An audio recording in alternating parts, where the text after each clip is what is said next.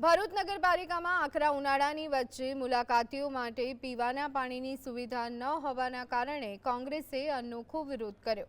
પૂર્વ પ્રમુખ જિગ્નેશ બ્રહ્મભટ્ટ અને અન્ય કોંગ્રેસી સભ્યો ઠંડા પાણીના કેરબા સાથે પાલિકા કચેરીમાં ધસી આવ્યા અને પાણી આપોના નારા લગાવી તંત્રની નિષ્કાળજી સામે આક્રોશ વ્યક્ત કર્યો। વિપક્ષે આક્ષેપ કર્યો કે અધિકારીઓ એસીમાં બેસે છે જ્યારે કે સામાન્ય જનતા પાણી માટે ફાંફા મારે છે। આ વિરોધ બાદ પાલિકા તંત્ર દોડતું થયું અને ચીફ ઓફિસર હરીશ અગ્રવાલે બંધ પડેલા વોટર કુલર તાત્કાલિક રિપેર કરાવી પીવાના પાણીની વ્યવસ્થા સુનિશ્ચિત કરવાની ખાતરી આપી। વહીવટી તંત્રની આ ગંભીર બેદરકારી હાલ સમગ્ર શહેરમાં ચર્ચાનો વિષય બની છે।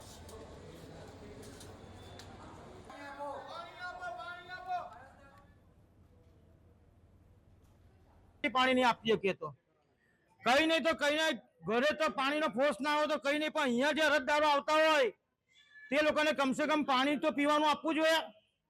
पाणी पीवानुं ना आपी शकीए तो ढांकणीमां पाणी लईने डूबी मरवुं जोईए।